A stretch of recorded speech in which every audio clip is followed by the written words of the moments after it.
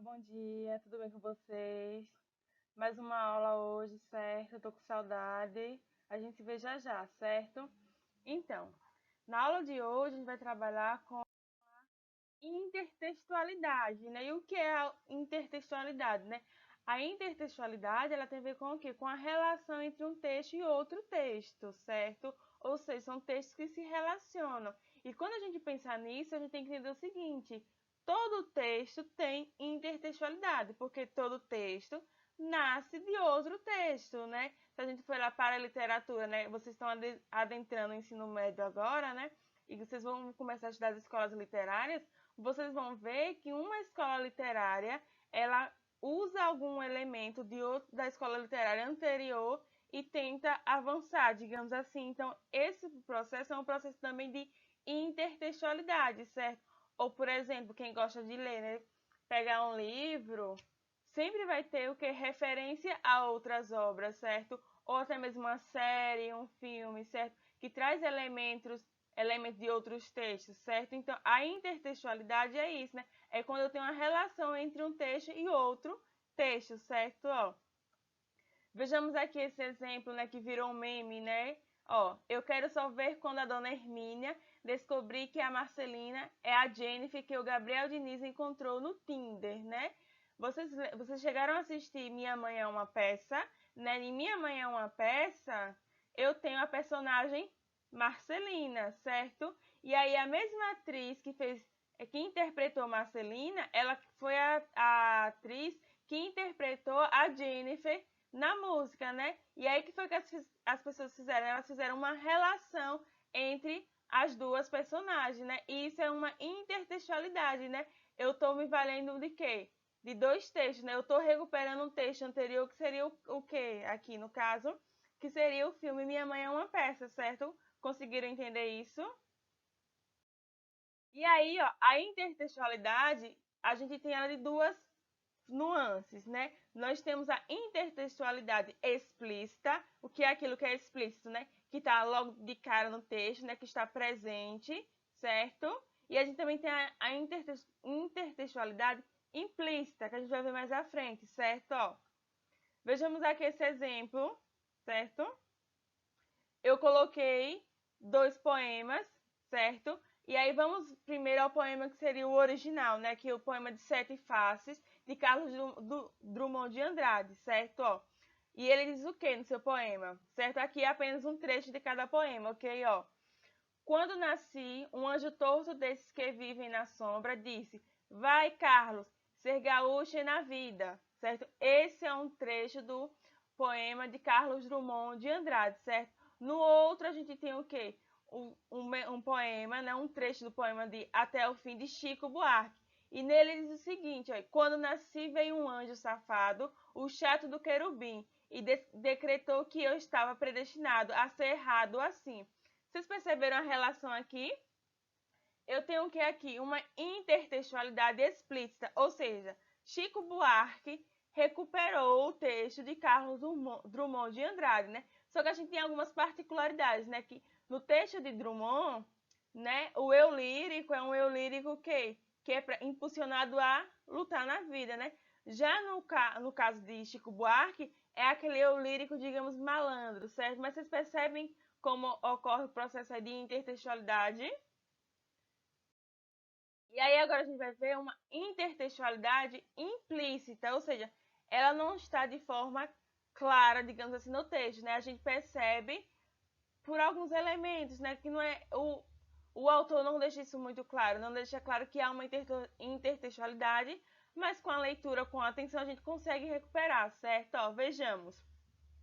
Eu trouxe aqui dois trechos, certo? Dois trechos de duas músicas, ok? Ó, a primeira é Ai Que Saudade da Amélia, né? Que é de Ataúfo Alves e Mário Lago, certo? Ó, diz o que esse trecho? Ai, meu Deus, que saudade da Amélia. Aquilo sim é que era mulher. Às vezes passava fome ao meu lado e achava bonito não ter o que comer. Quando me via contrariado, dizia: Meu filho, o que se há de fazer? Amélia não tinha a menor vaidade. Amélia que era mulher de verdade, certo? Esse aqui é um trecho da música Que Saudade da Amélia. Agora vamos a outro texto para a gente perceber como isso é construído, certo? Desconstruindo a Amélia, né? Esse daqui já é um trecho da música de Pete. Ó, já é tarde, tudo está certo, cada coisa posta em seu lugar.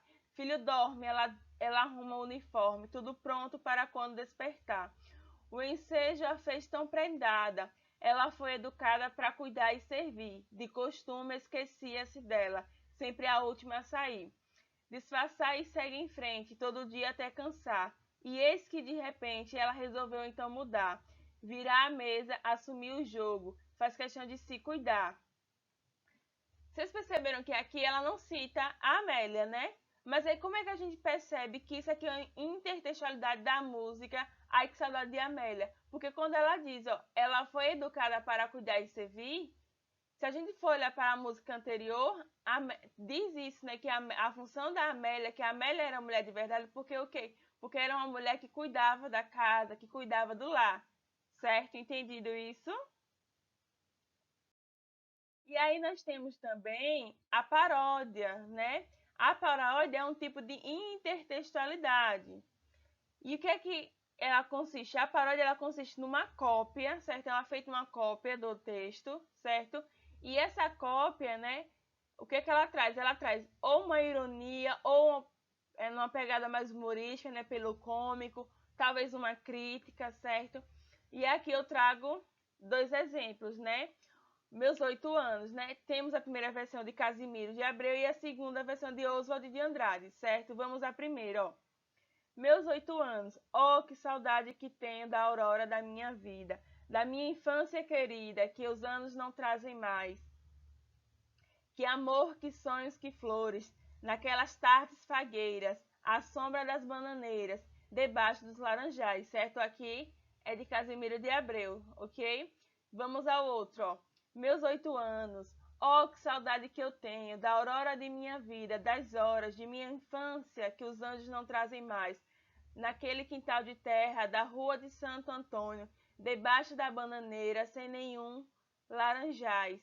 Perceberam que o de Oswald é de fato uma cópia, então ele fez aqui uma paródia e em alguns momentos ele faz algumas mudanças, né? Por exemplo, aqui, ó, quando ele fala das horas, né? Que ele fala, ó, oh, que saudade eu tenho das auroras de minha vida, certo? Aí no terceiro verso ele vem das horas. Já aqui no de Casimiro de Abreu, o que é que ele diz, ó?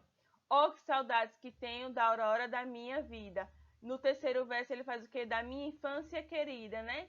Então, ó, percebam que Oswald utilizou das horas para substituir da minha infância, né? Que ele quis dizer o quê? Que ele sente saudade das horas de infância dele, certo? Isso é uma paródia, ok? É um tipo de intertextualidade, beleza? E aí, para vocês pensar, eu trouxe também essa paródia, né? Que foi feita com a Mona Lisa, né? E entre tantas outras, né? Tem diversas imagens que se brincaram digamos, com as expressões de Mona Lisa, né? Os sentimentos que ela talvez quisesse esboçar, né? Aí fizeram muitas montagens, né? Aqui temos algumas e tem outras também, certo? E aí eu deixo para vocês aqui o seguinte. Na próxima aula a gente vai ver os tipos de intertextualidade, né? A gente vai trabalhar a citação, a paráfrase, certo? E as outras com mais detalhes, certo? Tchau, até a próxima aula, né? Faça a atividade. E vocês já sabem, qualquer dúvida é só entrar em contato que a gente se vê em breve, certo?